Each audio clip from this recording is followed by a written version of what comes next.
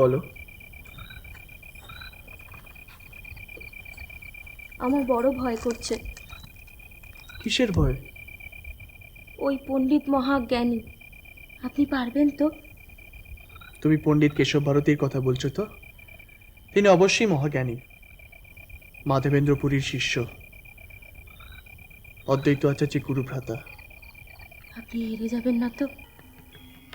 হার জিত তো জীবনের অঙ্গ লক্ষ্মী। হার জিত দুটোকেই সমান করে নেওয়া উচিত।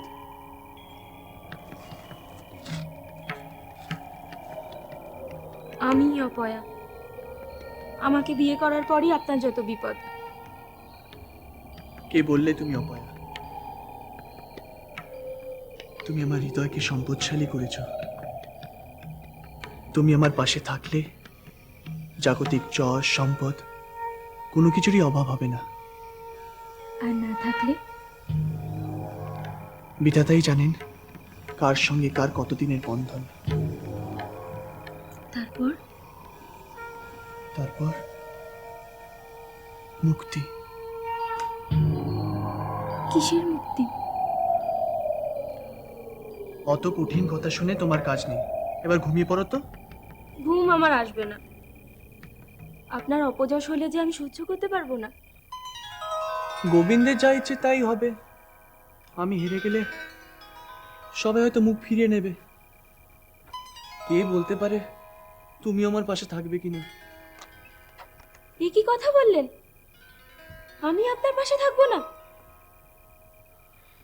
এমন কথা আপনি বলতে পারলেন? আমার প্রতি একটুও বিশ্বাস নেই আপনার। রাগ করো না লক্ষ্মী, আমি তোমার সঙ্গে কৌতুক করছিলাম। আপনি দিন দিন বড় কৌতুক প্রিয় হয়ে যাচ্ছেন। আপনার হেয়ালি আমি কিচ্ছু বুঝি না। আচ্ছা, আর আমি কৌতুক করব না। এসো, তোমার একটা গান শুনে।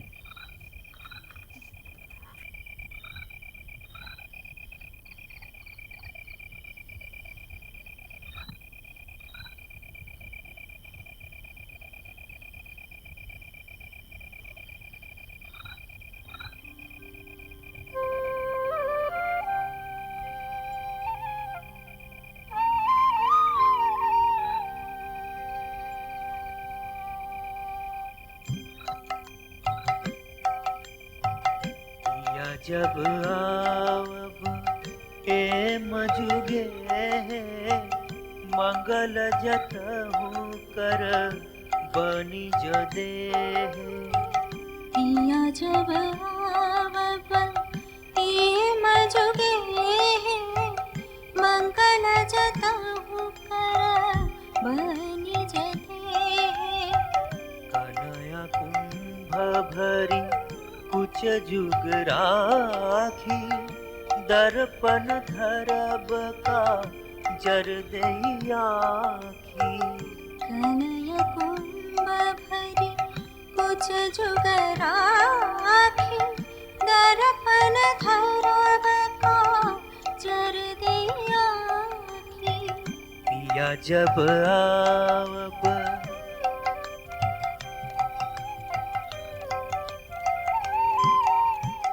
बेदी बनाब हम अपन अंक में झाड़ू करब ताहे चिकुर बिछाने। कदल रखब हम गरुआनी तुम में आम पलब ताहे किंकिनी सुजम पे।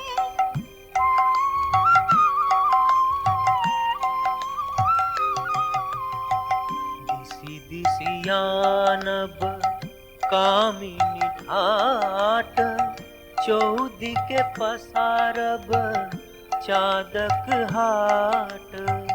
दिसी दिसी आनब कामिनी ठाट चौदी के पसरब चादक हाट। विद्यापति कह पूरब आस विद्यापति कह पूरब आस। दू एक पलक में लब तू पास दू एक पलक में लब तू पास दू एक पलक में लब तू पास না, এ অসম্ভব। আমি কিছুতেই নিমাইয়ের পরাজয় মেনে নিতে পারবো না, কিছুতেই না।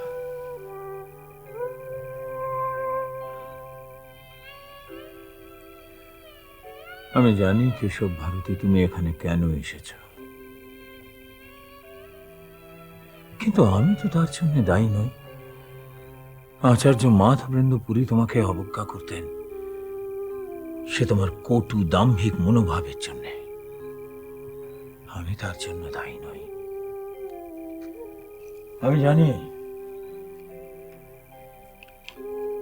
আমি জানি তুমি এখানে এসেছো নিমাইকে পরাজিত করে আমার মান সম্মান ধুলোয় মিশিয়ে দিতে। কিন্তু কেশব, আমি তো বৈষ্ণব।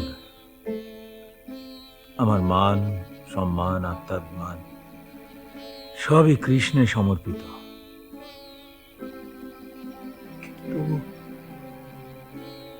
তবু নিমাই যদি হেরে যায়, না না, আমি ভাবতেও পারি না।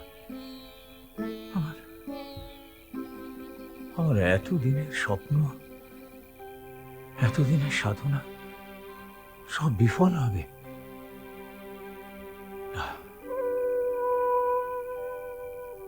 দীর্ঘ 17 বছরের সাধনায় এই স্বপ্ন সৌধ আমি গড়ে তুলেছি, তা ধুলোয় মিশিয়ে যাবে। না না, আমি হতে দিতে পারি না।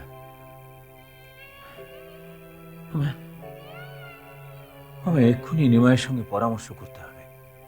না, আর কালক্ষেপ করা ঠিক হবে না। আমি জানি নিমাই হয়তো এখন সুখ স্বপ্নে বিভোর, সুখ নিদ্রায় আচ্ছন্ন, কিন্তু এ তো নিদ্রার সময় নয়। যা করার এক্ষুনি করতে হবে। কাল পুত্রসে হয়তো অনেক দেরি হয়ে যাবে। আমি এখনই নিমাইয়ের কাছে যাব, এখনই তার কাছে যাব আমি।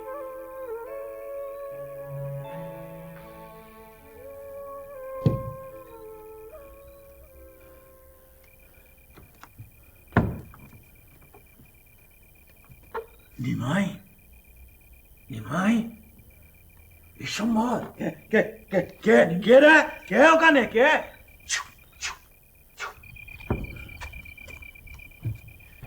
ও ঠাকুর, তুমি? হ্যাঁ। তুই এখনো তো ভোর হয় না গো। হ্যাঁ, শোন, চেঁচামেচি করে লোক ডাকার দরকার নেই, সবাই ঘুমাচ্ছে। আমার নিমাইকে বড় দরকার, একটু দেখে দিতে পারবি? কেন ঠাকুর, কোনো বিপদ আপদ হলো নাকি? বিপদ আপদ নয়। আপনি আচার্যদেব এত রাতে আমার বাড়িতে? হ্যাঁ হ্যাঁ নিমাই, আমি সচরাচর তোমার বাড়িতে আসি না, কিন্তু আজ এই মধ্যরাত্রে এসেছি বিশেষ প্রয়োজনে। কি প্রয়োজন? মহাতার্কিক কেশব ভারতী নবদ্বীপে এসেছেন তোমার সঙ্গে তর্ক যুদ্ধ করবেন বলে। এতে দুশ্চিন্তার কি আছে আচার্যদেব? তিনি চাইলে তর্কযুদ্ধ হবে। এত বিচলিত হচ্ছেন কেন? অদ্বৈত আচার্য যার গুরু, তাকে পরাজিত করা কি এত সহজে সম্ভব? না না নিমাই, না, তুমি কেশব ভারতীকে চেনো না। তুমি কেশব ভারতীকে চেনো না নিমাই। দুর্বাসার মতন ক্রোধ, অভিশাপ দেওয়ার জন্য জিহ্বা লক লক করছে। আর তাছাড়া এক অদম্য প্রতিশোধ স্পৃহায় জ্বলছেন কেশব ভারতী। তার উপরে তিনি মহাতার্কিক। নিমাই, আমাদের এক্ষুনি আলোচনা করে কোনো একটা পন্থা নিরূপণ করতে হবে, যাতে কোনো ক্রমেই এই তর্কযুদ্ধে তুমি পরাজিত না হও, যাতে তোমার জয় অবশ্যম্ভাবী হয়। কে কাকে হারায় আচার্যদেব? হার জিত সবই তো তার লীলা। তর্ক যদি করতেই হয় করব, ফল নিয়ে ভাববো কেন? কর্মণ্যেবাধিকারস্থে মা ফলেষু কদাচন। এত নির্লিপ্ত হয়েও না নিমাই। তুমি জানো না, কোনো কোন রকম ভাবে তুমি যদি এই তর্কযুদ্ধে পরাজিত হও নিমাই, তাহলে তাহলে তোমাকে নিয়ে আমার এই এত বছরের স্বপ্ন সব বিফল হয়ে যাবে নিমাই। এত উতলা হবেন না আচার্যদেব, আমার উপর বিশ্বাস রাখুন। অনেক রাত হলো, আপনি গৃহে গিয়ে বিশ্রাম নিন। ঈশান দাদা, একটু আচার্যদেবকে এগিয়ে দিয়ে এসো। না না না, তার প্রয়োজন হবে না, আমি নিজেই যেতে পারবো। হ্যাঁ, না না, থাক।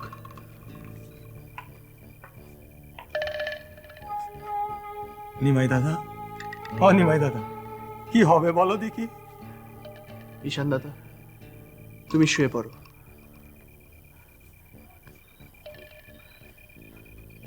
আরেকটা কথা ঈশান দাদা, গুরুদেবের এখানে আসার কথাটা কাউকে প্রকাশ করো না।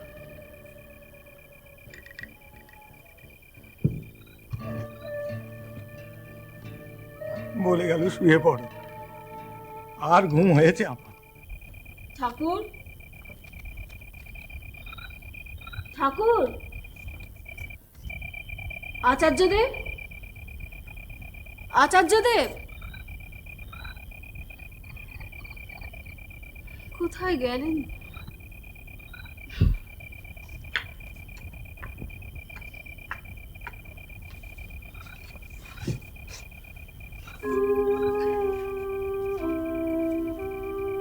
কি হয়েছে ঠাকুর?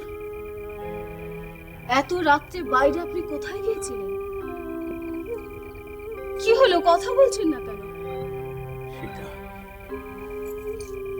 সীতা, আমার আমার এত দিনের স্বপ্ন, এত বছরের স্বপ্ন কেশব ভারতের জন্য মিথ্যে হয়ে যাবে সীতা। নিমাই হেরে গেলে আমি। এত উতলা হচ্ছ কেন ঠাকুর? সব সময় শোনা কথা নাও তো সঠিক হতে পারে। তুমি জানো না সীতা, তোমাকে আমি কি করে বোঝাই কেশব ভারতে কি অসম্ভব কূট, কি প্রচন্ড দাম্ভিক। সে তো তুমি বলেছিলে তার প্রথম যৌবনের কথা। অল্প বয়সে রক্তের তেজ থাকলে মানুষ এরকম হয়েই থাকে। কিন্তু এখন তো তিনি বৃদ্ধ হয়েছেন, এখন নিশ্চয়ই তার মত পরিবর্তন হয়েছে। স্বামী, বেগবান নদীর বুকে যে বিশাল শিলাখণ্ড পড়ে থাকে, কালের নিয়মে তা ঘষা খেতে খেতে একদিন তাও মসৃণ হয়ে যায়। তুমি তুমি বলছো সীতা, তুমি বলছো কেশবের মন পরিবর্তন হতে পারে, তাই না? হতে পারে, আর এটাও তো হতে পারে তিনি হয়তো দেখতে এসেছেন তোমার প্রিয় শিষ্য কেমন পণ্ডিত হয়ে উঠেছে। আসলে তর্ক যুদ্ধটা আসলে তার হচ্ছে ছলনা। তার সারা জীবনের যত জ্ঞান তিনি হয়তো নিমাইকেই দিতে এসেছেন। তোমার প্রিয় শিষ্য নিমাই তো তার পুত্র সমান। হ্যাঁ হ্যাঁ, তুমি তুমি আমায় বাঁচালে সীতা, তুমি আমায় বাঁচালে, সত্যিই তো। হ্যাঁ, এত বয়স হলো সীতা, তবু মনটাকে সাদা করতে পারলাম না। এখনো মাঝে মধ্যে রজ্জুতে সর্পভ্রম হয়। হ্যাঁ, জানো জানো সীতা, কাল প্রত্যুষে কেশব ভারতী মহাকাল মন্দিরে যাবেন পুজো দিতে। আমি সেখানে গিয়ে তার সঙ্গে দেখা করব। বেশ, এখন শুতে চলো, আর যেটুকু রাত বাকি আছে একটু ঘুমিয়ে নাও। কাল মহাকাল মন্দিরে যা হয় তখন দেখা যাবে। সেই ভালো। চলো শুয়ে চলো। পড়ো।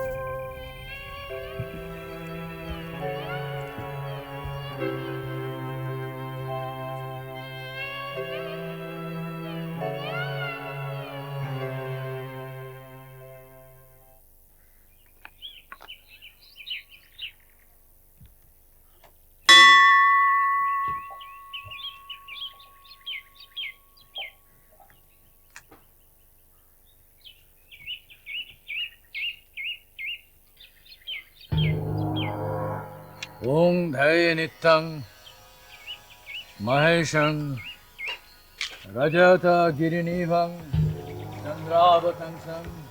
কেশব, কেমন আছো ভাই? দেব পশুপতির পূজার প্রাককালে কোন বৈষ্ণবের সঙ্গে বাক্যালাপে আমার প্রবৃত্তি নেই। কেশব,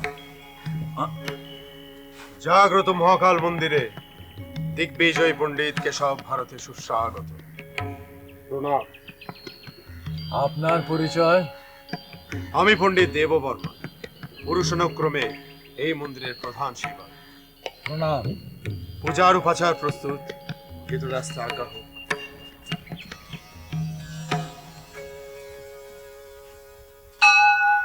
দাঁড়ান অদ্বৈত আচার্য, এই মন্দিরে প্রবেশের আপনার কোনো অধিকার নেই। কিন্তু কেন? বৈষ্ণবদের চোখে আপনি ব্রহ্মা বিষ্ণু মহেশ্বরের অভিন্ন অংশ ভোগ করতে পারেন, কিন্তু আমার কাছে আপনি একজন সাধারণ বৈষ্ণব। এই মন্দিরে আপনার প্রবেশ অনৈতিক। কিন্তু কেন? কেন পণ্ডিত দেববর্মা? অহিন্দু ব্যতীত সকলেরই এই মন্দিরে প্রবেশাধিকার আছে। তাছাড়া দেবতার কাছে তো কোনো ভেদাভেদ নেই। শাক্ত, শৈব, বৈষ্ণব, উচ্চ বর্ণ, নিম্ন বর্ণ। থাক, আমি আপনার শিষ্য নই। শাস্ত্র শিক্ষা আপনি আপনার শিষ্যদের গিয়ে দেবেন। আমাকে অহেতুক উত্তেজিত করবেন না, আপনি যান এখান থেকে। হ্যাঁ, মন্দিরে প্রবেশ করার জন্য অহেতুক উত্তেজনা আমিও চাইছি না। আর তাছাড়া মন্দিরের প্রধান সেবায়িতেরই যখন আপত্তি, তখন মন্দিরে প্রবেশ করার চেষ্টাও আমি করব না। ঠিক আছে, আমি বরং মন্দিরের বাইরে গিয়েই আমার সতীর্থ কেশবের অপেক্ষা করি। সতীর্থ? গুরুভ্রাতা, আপনার বয়স হয়েছে ঠাকুর, চোখের দৃষ্টিও ক্ষীণ হয়ে এসেছে। কেশব কাশ্মীর চোখের তীব্র ঘৃণা আপনি করতে পারেন, তিনি শাক্ত। আপনার মতো ঊর্ধ্ববাহু বৈষ্ণব। ঠিক দেববর্মা, ঠিক। আপনার জিহ্বাকে সংযত করুন। কেন, কি করবেন আপনি? আমার জিহ্বা উৎপাটন করবেন নাকি? না, কারণ আমরা বৈষ্ণবরা হিংসায় বিশ্বাসী নই। কিন্তু তুচ্ছ এক নাম শক্তির বলে আপনার এত দম্ভ। দম্ভ নয়, এ আমার আত্মবিশ্বাস। রাজ শক্তি কখনো মন্দিরের চেয়ে বড় হতে পারে না, তাই তো আমি আপনাদের এত ঘৃণা করি। ভট্ট দেববর্মা, স্বয়ং মহেশ্বর ধ্বংসের মধ্যে সৃষ্টির বীজ বপন করে, আর বিষ্ণু তাকে লালন পালন করে। কই, তাদের ভিতর তো কোনো বিভেদ নেই, তাহলে আমাদের মধ্যে বিদ্বেষ কেন? আপনার সঙ্গে বৃথা বাক্যবায়ের ফলে পণ্ডিত কেশব ভারতীর পূজায় আমি সাহায্য করতে পারলাম না। পূজা বোধহয় এতক্ষণ শেষ হতে চলেছে। আমি আপনাকে শেষবারের মতো বলছি, আপনি চলে যান। এই মন্দিরে আপনি প্রাপ্ত, অনাহত।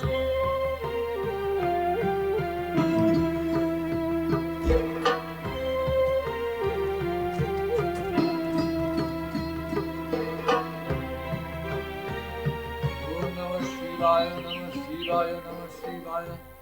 ওম নমঃ পিনাকহস্তায় বজ্রহস্তায় বৈ নমঃ। ওম নমঃ ত্রিশূলহস্তায় দণ্ডপানাশিপানায়। ওম নমঃ মনস্তভ্য বিরূপাক্ষ দিব্যচক্ষুষে। ওম নমঃ শিবায়, নমঃ শিবায়, নমঃ শিবায়। ওম শিবায় শান্তায় কারণত্রয় হেতবে নিবেদয়ামি চত্মানং তঙ্গতি পরমেশ্বর। ওম নমঃ শিবায়, নমঃ শিবায়, ওম নমঃ শিবায়।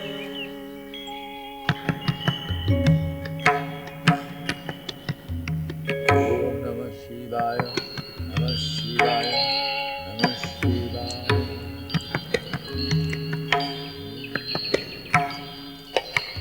নমঃ শিবায়।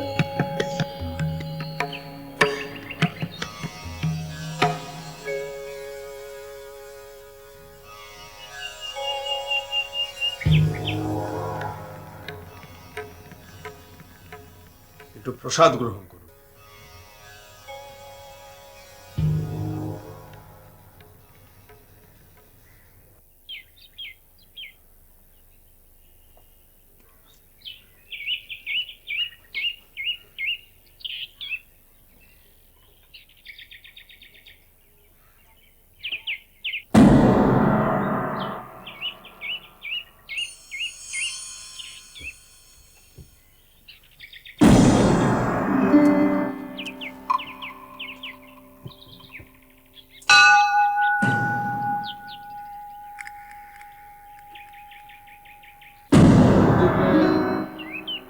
নবদ্বীপে শুনছি বৈষ্ণবদের প্রভাব বাড়ছে। না, তেমন কিছু নয়, তবে নিমায়ের দলেরা একটু বাড়াবাড়ি শুরু করেছে। সে নাকি মহাপণ্ডিত। তার পাণ্ডিত্যকে তো আর আমি অস্বীকার করতে পারি না, কারণ সম্প্রতি ঈশ্বরপুরী তাকে অবতার কল্প ঘোষণা করেছে। চমৎকার চমৎকার, বাহ! অবতার কল্প, হ্যাঁ, অবতার কল্প। কমলাক্ষ শিষ্যকে অবতার কল্প ঘোষণা করেছে ঈশ্বরপুরী। চমৎকার। ভেবেছিলাম এক পাথরে দুই পাখি মারব, এখন তো দেখছি তিন পাখি। একদিকে ঈশ্বর এবং অদ্বৈতর পরাজয়, অন্যদিকে বৈষ্ণবদের তৎপর চূর্ণ। জয় জয় জয় বাবা পিনাক পানি। নিমাই বধের ভূমি তাহলে প্রস্তুত। হ্যাঁ পণ্ডিত, রায় রায়ান জগন্নাথ রায় আর মাধব রায় যুদ্ধ জয়ের আয়োজন করে রেখেছে, শুধু আদেশের অপেক্ষা। উত্তম, অতি উত্তম।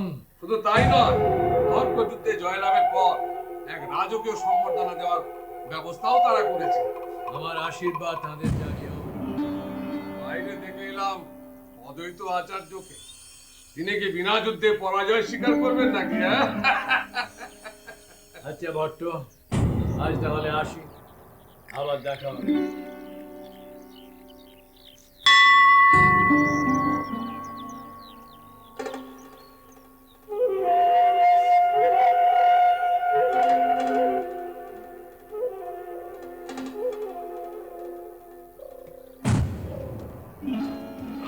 আমি তোমার জন্যই অপেক্ষা করছিলাম কেশব। ভাই আমার শোনো। ভাই? কিসের ভাই? হ্যাঁ, এক সময় আপনি আমার সতীর্থ ছিলেন বটে, কিন্তু ভাই নয়। কেন কেশব? গুরু ভ্রাতা আর মায়ের পেটের ভাইয়ের ভিতরে তো কোনো পার্থক্য নেই। কেশব নয়, বলুন পণ্ডিত কেশব ভারতী। নাকি পণ্ডিত বলতে আপত্তি আছে? না, থাকতে পারে, থাকতে পারে। কারণ গুরুদেব মাধবপুরীর মতে পণ্ডিত তো ছিলেন শুধু আপনি, নিত্যানন্দ আর ঈশ্বরপুরী। না না কেশব, না, তুমিও পণ্ডিত, তুমি মহাপণ্ডিত। সেই পাণ্ডিত্য দিয়ে আমি আপনার সাজানো সংসার ছাড়খাড় করে দিই। কোথায় ছিল আপনাদের এই ভ্রাতৃত্ববোধ যখন গুরুদেব আমাকে দিনের পর দিন কীটের মতো অপদস্থ করেছেন? গুরুর পায়ের কাছে বসে শিক্ষা গ্রহণের অধিকারও আমার ছিল না। আপনারা বসতেন সামনের সামনে। এমনকি যে অব্রাহ্মণ ঈশ্বরপুরী, তারও সে অধিকার হয়েছিল। আর আমার স্থান ছিল একেবারে পশ্চাতে। তুমি মনে করে দেখো, তার জন্য তো তুমিও দায়ী ছিলে। তুমি গুরুদেবের কোনো কথা শুনতে না, সেই জন্য তিনি তোমার উপরে রুষ্ট হয়েছিলেন। আমি তো কোনোদিনই চাটুকার বৃত্তি পছন্দ করি না। যাজ্ঞে, এসব বিষয়ে আপনার সঙ্গে বাক্যালাপ অর্থহীন। এতদিন পরে সুযোগ পেয়েছি প্রতিশোধ গ্রহণের। শুনলাম নিমাই পণ্ডিত নাকি নবদ্বীপের শ্রেষ্ঠ তার্কিক।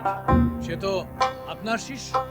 আর আমার আর এক প্রধান শত্রু ঈশ্বরপুরী, শুনলাম তাকে একেবারে অবতার কল্প ঘোষণা করেছে। শোনো কেশব, শোনো, বিশ্বম্ভর নিতান্তই নাবালক কেশব। তার কিসের অভিজ্ঞতা, কি অভিজ্ঞতা? তোমার কাছে নিশ্চয়ই কেউ অতিরঞ্জিত সংবাদ পৌঁছে দিয়েছে কেশব। কেন ঠাকুর? এতদিন তো নিমাই নিমাই করে গগন ফাটাচ্ছিলে, এখন সব চুপসে গেল। তুমি থামো। দুই গুরু ভ্রাতার ভেতরে কথা হচ্ছে, এখন আমার তৃতীয় পক্ষের উপস্থিতি ভালো লাগছে না। চুপ করো তুমি।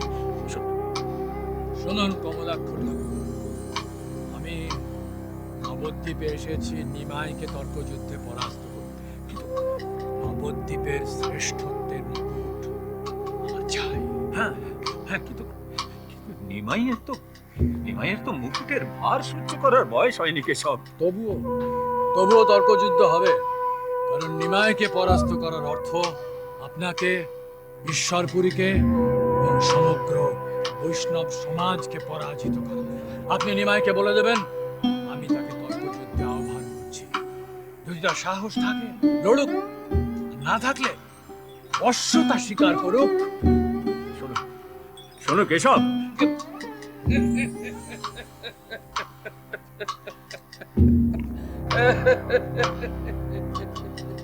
সীতা, কি হয়েছে?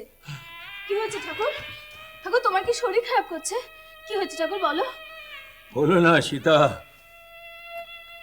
হলো না। আমি হেরে গেলাম সীতা। আমার এতদিনের স্বপ্ন, আমার এতদিনের সাধনা সব মিথ্যে হয়ে যাবে সীতা। নিমাই একবার পরাজিত হলে তাকে তো আর কেউ মানবে না সীতা। কেন? কেন? কেশব ভারতী কি তোমাকে অপমান করেছে? আচ্ছা সীতা, সীতা ঈশ্বরপুরীও তো তাকে অবতার বলে ঘোষণা করেছেন। তার মতন গণৎকারের গণনাও কি নির্ভুল নয়? কি হলো? কেশব ভারতী কি বলেছে? তর্কযুদ্ধ হবে? আমাকে একটু জল দাও সীতা। জল? একটু জল, একটু জল দাও। আমি এক্ষুনি আনছি, আমি এক্ষুনি আনছি। এই দয়াময়,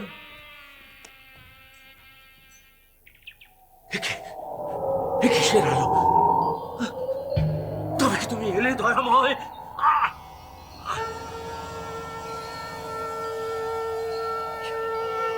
আমার সব অন্ধকার হয়ে গেল কেন? আলোয় অন্ধকারে সব মিলে যাচ্ছে কেন?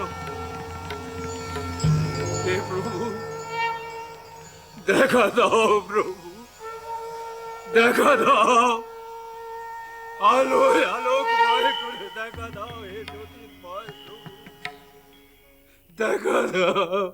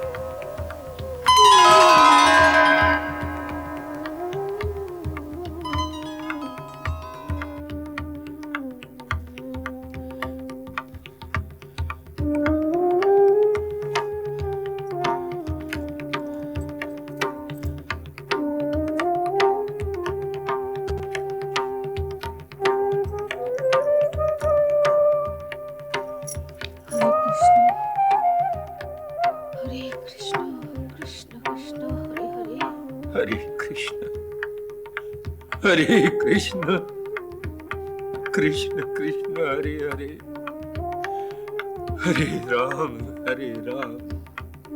রাম রাম হরে হরে। হে প্রভু, হে দয়াময় প্রভু। ঠাকুর এখন সুস্থ বোধ করছো? সীতা, সীতা, আর ভয় নেই সীতা, আর আমার ভয় নেই। আমার প্রশ্নের উত্তর আমি পেয়ে গিয়েছি সীতা, আমার প্রশ্নের উত্তর পেয়ে গিয়েছি। এতটা উদ্বেগের কারণ কিন্তু দেখছি না দাদা। কথাটা শুনলে হয়তো তোমার অপমান হবে। তোমার বয়স অল্প। ঝড়ের আগে আকাশে এঁটো পাতা ওড়ে। আমি নবদ্বীপের আকাশে সেই এঁটো পাতার ওড়াউড়ি দেখতে পাচ্ছি। কিন্তু দিগ্বিজয়ী পণ্ডিত কেশব কাশ্মীরির কাছে নিমাই যদি হারেও, তাহলে তাতে নিশ্চয়ই এমন কিছু ক্ষতি হয় না। ক্ষতি হয় না? নিমাইয়ের এখন বয়স অল্প। দিগ্বিজয়ী পণ্ডিতের কাছে সে যদি হারে, তাহলে কি মহাভারত অশুদ্ধ হয়? হয় হয়। এক বালক অভিমন্যুর মৃত্যু মহাভারতের ভিত্তি নাড়িয়ে দেয়। নিমাই বৈষ্ণব সমাজের প্রতিনিধি, সাতগাঁ, চাটিগ্রাম, এমনকি কলিঙ্গের বণিকরা পর্যন্ত নিমাইয়ের ক্ষমতায় মন্ত্রমুগ্ধ। আর সেই মোহকে ভাঙিয়েই তোমার আমার ব্যবসা এত বাড়ছে। সে কথা অবশ্য মানতেই হয়। নিমাই না থাকলে হয়তো এতদূর এগোনো সম্ভব হতো না। বিশেষ করে পর্তুগিজরা আসার পর বাণিজ্যের অবস্থা তো বেশ গুরুতর। এটা বোঝো? কেশব পণ্ডিতের মতন একজন কাশ্মীরি ব্রাহ্মণের জেতার অর্থ নবদ্বীপের ওপর থেকে বৈষ্ণব আর শৈবদের মতি ঘুরে যাওয়া। দায়িত্ব জ্ঞানহীনের মতো নিমাই কোন সাহস এই তর্কে নামতে চায়? রাজন,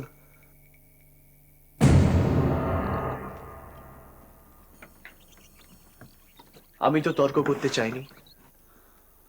পণ্ডিত কেশব কাশ্মীরি আমাকে তর্কে চেয়েছেন। শোনো নিমাই, যুক্তি প্রতিযুক্তির সময় এটা নয়। আমি জানি রাজন, আর আমি জানি বলেই এত বড় পণ্ডিতের ছেলে মানুষের দম্ভ আমি ভেঙে দিতে চাই। বনগাঁয়ের শেয়াল রাজা, কিন্তু সেই শেয়ালও বাঘের সামনে পড়লে পালায়। যা পলায়তি সজীবতী, যে পালায় সেই বাঁচে। কেশব পণ্ডিতের সামনাসামনি হবার থেকে পালিয়ে যায় বুদ্ধিমানের কাজ। পণ্ডিত বিশ্বম্বর মিশ্র। এটা কি আপনার আদেশ? ধরো আদেশী। ছোটবেলায় একটা শ্লোক পড়েছিলাম, মনে পড়ে গেল। বিদ্যা তঞ্চা নৃপত তঞ্চা নৈবতুল্যাং কদাচন। বিদ্যানের পথ আর রাজার পথ এক নয়। নিমাই, অন্য কেউ এ কথা বললে। দাদা, নবদ্বীপ আপনার মাতৃভূমি, আমার নয়। এই সম্মান রক্ষায় কি আমার কোনো দায় নেই? আমি আপনাকে কথা দিচ্ছি রাজন, আমি কোনোদিন কেশব কাশ্মীরের পথ আগলে দাঁড়াবো না। কিন্তু তিনি যদি আমার পথ আগলে দাঁড়ান, তো নবদ্বীপের সারস্বত সমাজের সম্মান রাখতে আমি বাধ্য। তাতে তর্ক হবেই। রাজার আদেশ অগ্রাহ্য করার অর্থ জানো? আপনি রাজা বলে এতক্ষণ শ্লোকটির দ্বিতীয় চরণটি বলিনি, আপনার অপমান হবে বলে। এবারে বলছি, মনে রাখবেন, স্বদেশে পূজ্যতে রাজা, বিদ্যান সর্বত্র পূজ্যতে। আমার ধৈর্যের বাঁধ কিন্তু ভেঙে যাচ্ছে নিমাই পণ্ডিত। স্বদেশে পূজ্যতে রাজা, বিদ্যান সর্বত্র পূজ্যতে। আমার ধৈর্যের বাঁধ কিন্তু ভেঙে যাচ্ছে নিমাই পণ্ডিত। আমি শ্রী বিষ্ণুর নাম নিয়ে বলছি, আপনাদের আশীর্বাদে ঠিক তাই ঘটবে। ঘটবে। এই মহান নবদ্বীপ আপনাকে চিরদিন মনে রাখবে। আপনি ইতিহাসে ঠাঁই পাবেন শ্রেষ্ঠ রাজা হিসেবে। এই নবদ্বীপে একটা মহান ন্যায় যুদ্ধ হতে চলেছে। আপনি ন্যায়ের পক্ষ নেবেন না?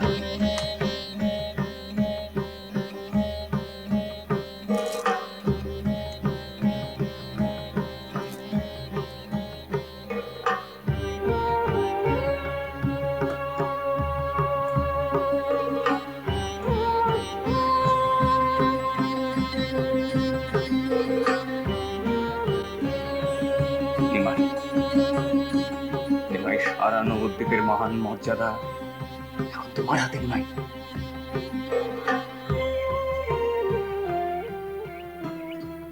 প্রভু,